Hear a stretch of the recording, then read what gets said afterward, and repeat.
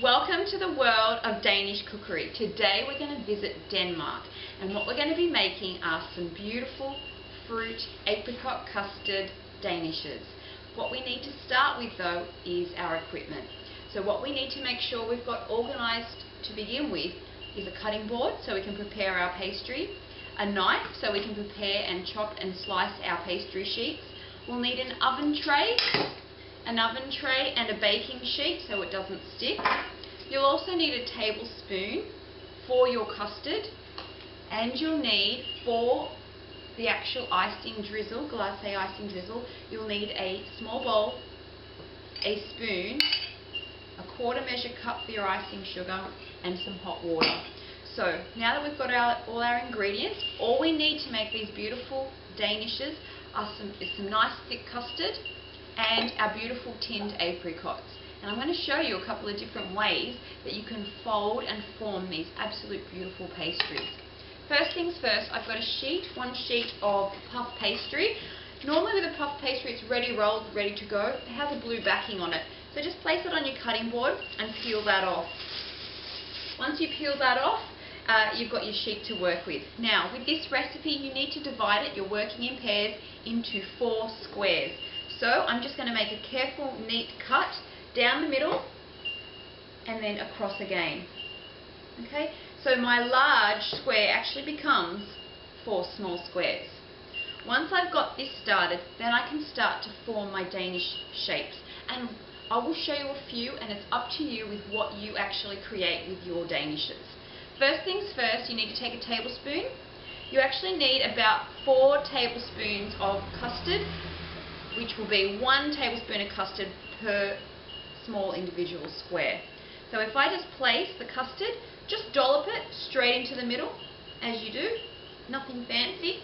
I don't want you to spread that, just leave it as is, because what will end up happening is if you spread it, you're going to lose that concentration of flavour, and we're just going to fold the pastry in and around the custard and the actual apricots. So let's just dollop. I'll just go through and dollop my 4 tablespoons of custard, 1 tablespoon of custard per square, right into the centre. Just blob it into the centre. Don't worry about how it looks at this stage. As long as it's in the centre, just keep it nice and consistent. Now we're ready with our apricots.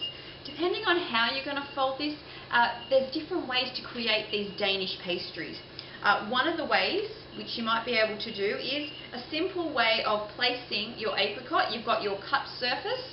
So if you can imagine the apricots when they're bought at the shops as a fresh apricot, they're normally like this, okay? And so what ends up happening in the process is they slice them in half, and it gives you a cut surface, which is that surface there, and the nice outside exterior of the apricot. Now what I want you to do is, when you place your apricots, and this is critical, onto your pastry sheet, make sure it's cut side down.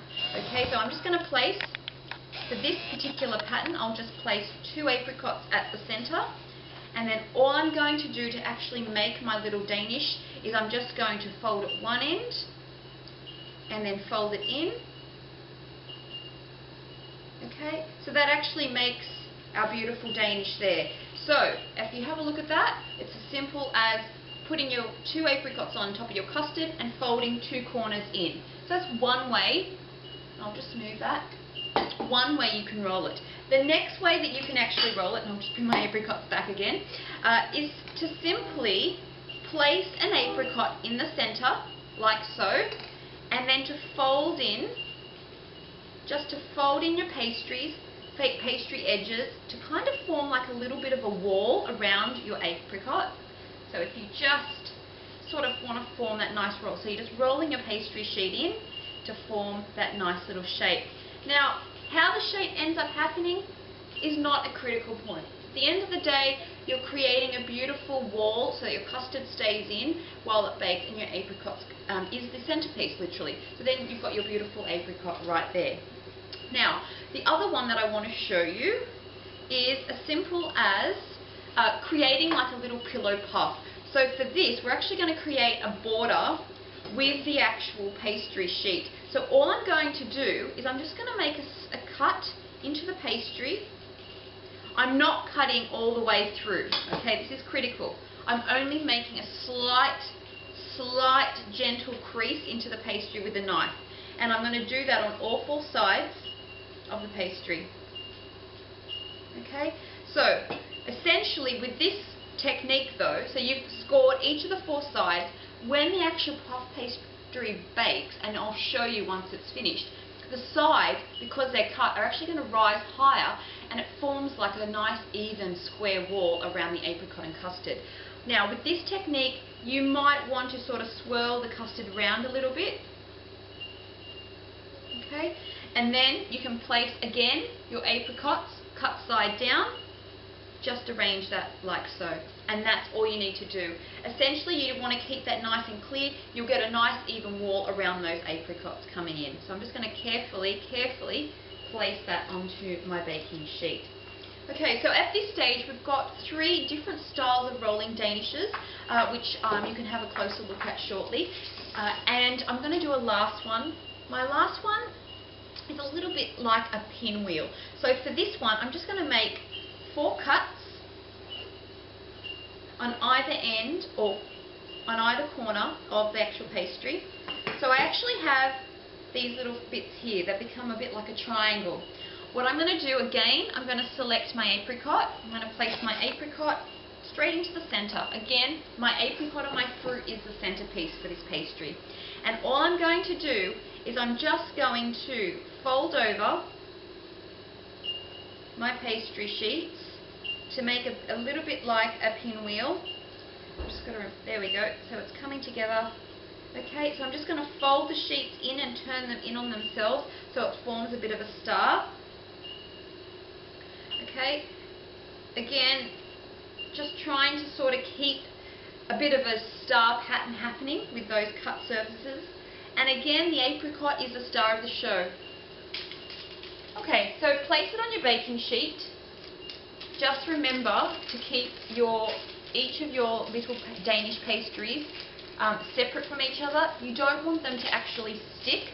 So as you can see on my tray, you need to give a little bit of room just so when it puffs up and cooks. And now we're ready to bake this in the oven for about 15 to 20 minutes. And once that's done, we're going to glaze them with a beautiful icing glaze. Okay, so our beautiful apricot Danishes have just come out of the oven and they're looking superb. Each of them different and individual in their own way, depending on how you decide to fold that pastry. Now to finish off these beautiful pastries, we're going to make a beautiful glacé icing, and all you'll need is a 1/4 cup of icing sugar and about 1 to 2 teaspoons of boiled water, depending. You only really need to add enough water to make a thick enough paste to drizzle over the top of those pastries. So I'm going to carefully measure the 2 teaspoons. We'll start off with 1 and see how we go.